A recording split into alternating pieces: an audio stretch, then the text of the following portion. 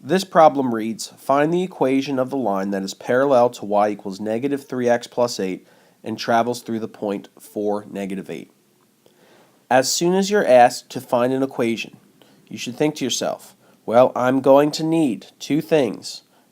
One, you're going to need a slope. And two, you're going to need a point. Those are the two things you're going to need. A slope and a point. And if we have those two things, then guaranteed we're going to be able to find an equation. In this particular problem, it's pretty obvious which one we're blatantly given.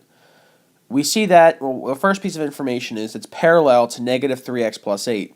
And the second piece of information is that it travels through the point 4, negative 8. So knowing that it goes through the point 4, negative 8, that is what we can write down immediately. Our line is on, or our line goes through that point. So that point is on the line. It's going to satisfy our x and y when we actually get our equation.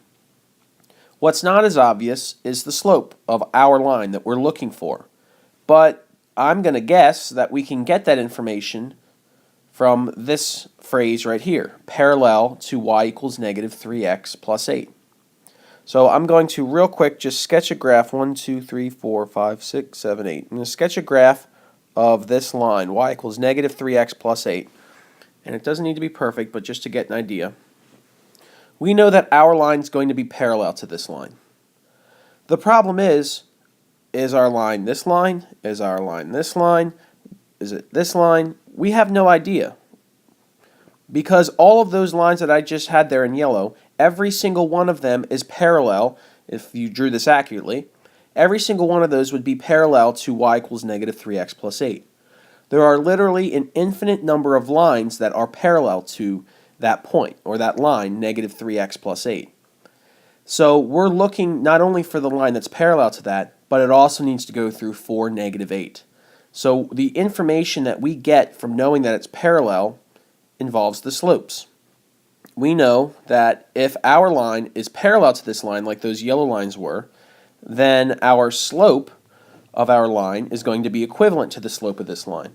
So the slope of this line is given to us right here, negative 3, so that's going to be the slope of our line.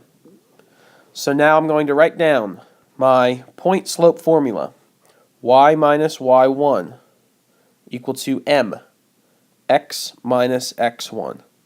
This is just, remember, the point slope formula is just the slope formula rearranged. And now we can plug in my x1 is 4, my y1 is negative 8, and my m is negative 3. So I'll have y minus negative 8 equal to my slope, which is negative 3 times x minus 4. Now I'm going to have y plus 8 equal to, I'm going to distribute the negative 3. I'll get negative 3x plus 12. So I'll subtract an 8. And now I will have y equal to negative 3x plus 4.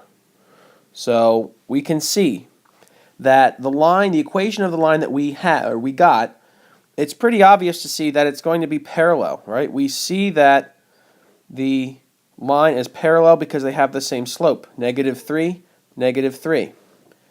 So that's great. But we knew, okay, there's an infinite number of lines that are parallel. Did we get the right one? Well, if we plug in 4, negative 8 into this equation, it better work. So when I plug negative 8 in for y, let's see, negative 8 equal to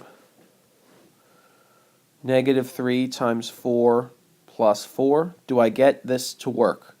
Negative 8 equal to negative 12 plus 4. Negative 8 is equal to negative 8. Good. It works. It works. So we found the line that's not only parallel to our line negative 3x plus 8, but also the point 4, negative 8 is on that line. So we satisfied our two restrictions here. We have our equation y equal to negative 3x plus 4.